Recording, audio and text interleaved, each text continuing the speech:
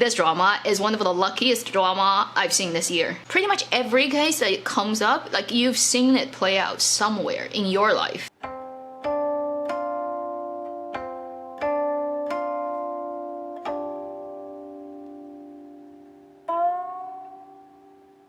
Hi, you're watching X, where Zhang and good storytelling shares our thoughts, knowledge, and occasional weird ideas on stories and how they're told. 沉睡花园 Dream Garden is a 16-episode drama that's being aired on Hunan Television, Mango TV. The drama is directed by Zhang, led by Gong Jun and Qiao Xin. The drama started shooting back in last April and then wrapped in June in the city Xiamen. Because it belongs to this category of dramas, it only updates on Monday and Tuesday and 2 episodes per week. So it's one of the slowest airing dramas that's available in the entirety of Chinese drama land. I did argue with myself about whether I should just talk about it when it fully finishes, which is 3-4 weeks away, but then I feel that's too long a wait. When this drama first came out, middle of last month, it already had some really interesting thing happening to it, so I don't want to wait anymore. It has aired 10 episodes at this point.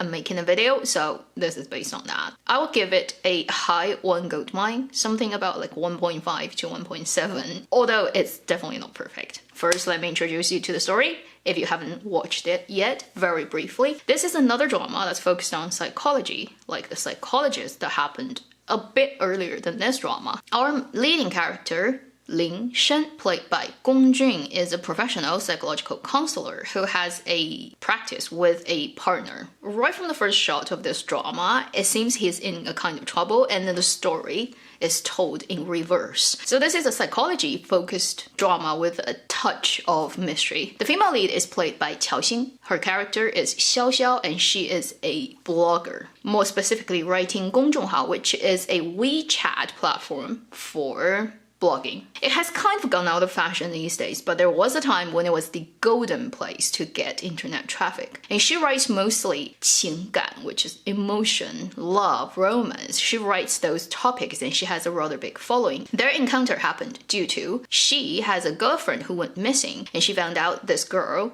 has been seeing a psychological counselor, so she goes to this place and trying to find out more information about her missing girlfriend, and that's how they met. And later, as all contemporary dramas that have a female and a male lead, you know, then they're gonna okay? While they have their main emotional love story plotline, you have the going through the whole drama but not gonna show up until very late mystery crime line of the main male lead character. Then you also have many different psychological problems, patients, cases that we're gonna dive into as the story develops. Let's talk about what is great about this drama. First thing is totally this drama is one of the luckiest drama purely because it happened right on the perfect timing. Just happened to coincide with what happened in reality during the middle of December in Chinese entertainment business. First, you have a case of an idol and his secret girlfriend. That they had a good relationship to start with when he wasn't famous. When he got more famous,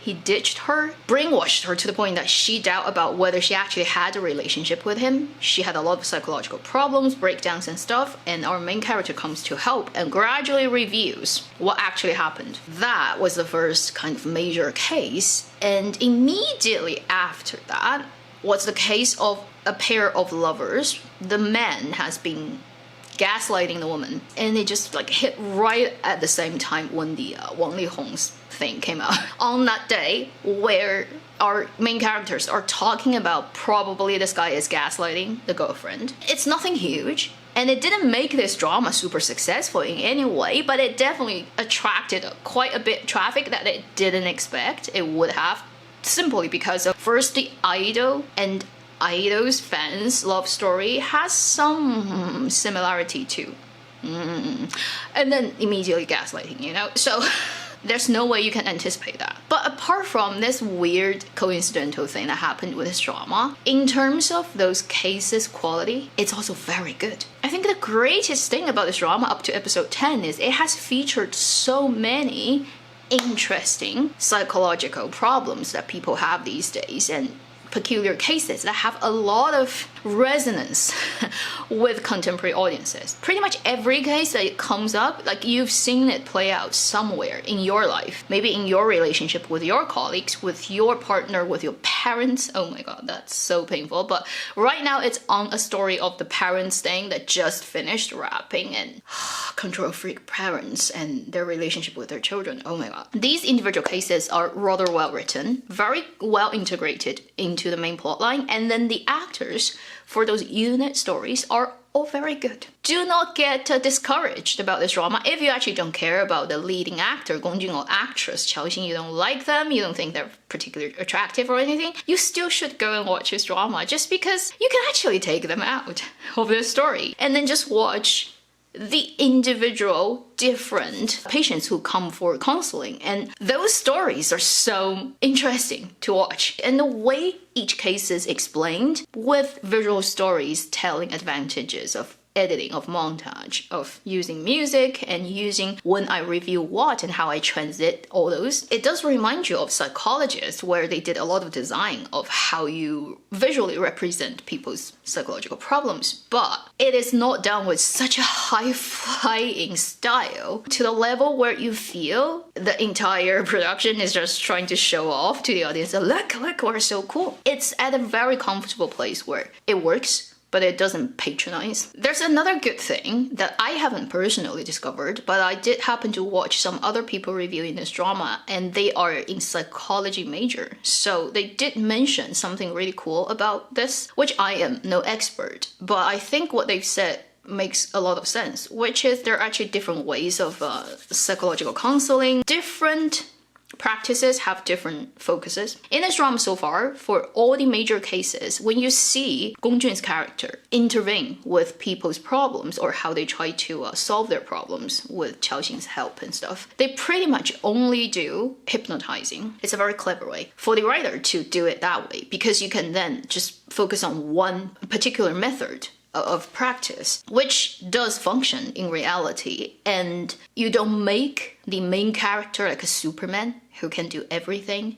anything, all types of things. And it's rather easy on camera visually to show that, and then visually to represent how this process can work for the patient. And if there are other practices, it may just makes the thing much more complicated, professionally speaking, and then it may not be that easy to actually show on camera and make the audience feel as effective. So far, this drama is close to 2/3 of the way, and it really only just focused on hypnotizing as one method of doing things. It's actually a clever way, I think, to minimize problems, things that they do that may be later being accused of not being accurate to reality. If that's intentionally done, I would say it's very clever. Oh, plus it doesn't have skin smoothing. Hard to see these days for contemporary drama. I mean, already the actors look very good, much better than normal people with heavy makeup on, but you can see the flaws on their skin, and I appreciate that. I much prefer that than everybody looks like plastic. Then let's talk about what is not so good about this drama. First thing, I think the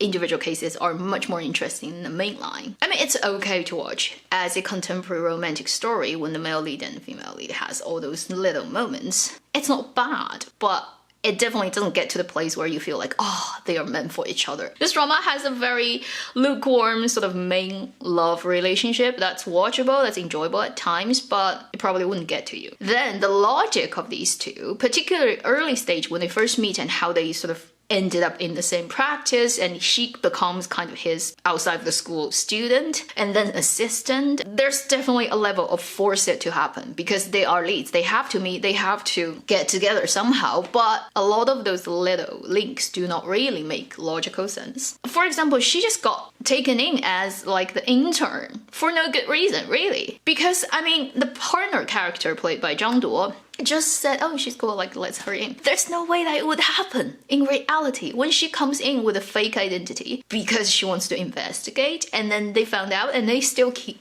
her, like, realistically, that's just not gonna happen. So there's some kind of foundation of main leads encounter if you want to look at it with logical, cold, scrutinizing eyes. It wouldn't work. Not a huge problem for Chinese contemporary dramas because it happens in pretty much every drama. But if you're picky, you've been warned. Then a small thing, not quite sure whether it should be in the negative or the positive. Gongjun got dubbed. Qiaoxing used her own voice, and pretty much every other character, I think, used their own voice. Gongjun is dubbed. If he used his own voice, which wouldn't be hugely problematic for a contemporary drama, it probably wouldn't have as good as a feel overall for the drama itself. He needs a lot of improvement on his line delivery. He knows that, and all his fans knows that, so I think I'm safe to say that. On one hand, I can deal with the version that it has now, which I think is better for the narrative's purpose overall, but I still couldn't quite get to his character because I still get bothered by the fact that when he speaks, it doesn't sound like him. And then Qiaoxing sounds like her exactly. So it's very weird, your brain just computes that constantly, and I haven't gotten very used to it. Then one last thing is, it hasn't happened yet, so I can't be sure if that's gonna be a problem. I hope it actually will turn out to be a good thing, which is, apart from the individual cases and then the main character's romantic line, the third mystery line of our male character, why he's in police station at the beginning of the story. And then he definitely has psychological problems of his own, and the drama will tell you that from the beginning. And what is the reason of that? How is that related to this bad guy, which we already know at this point in this drama, clearly. Not gonna spoil it for you, but go and watch, you'll see this guy is being set up to be the bad guy. Why he seems to have problems with our male lead. And it's gonna have a big resolution at the end of it. Like we all know it's gonna happen. So that line, exactly how it's gonna play out, we don't know yet. And probably if this drama has a big failure possibility, that might be this line. It could be a really tropey bad writing line. It could not make sense and get resolved at the end. There could be things like maybe something doesn't pass censorship, therefore it gets cut and then things don't link together. That could also happen.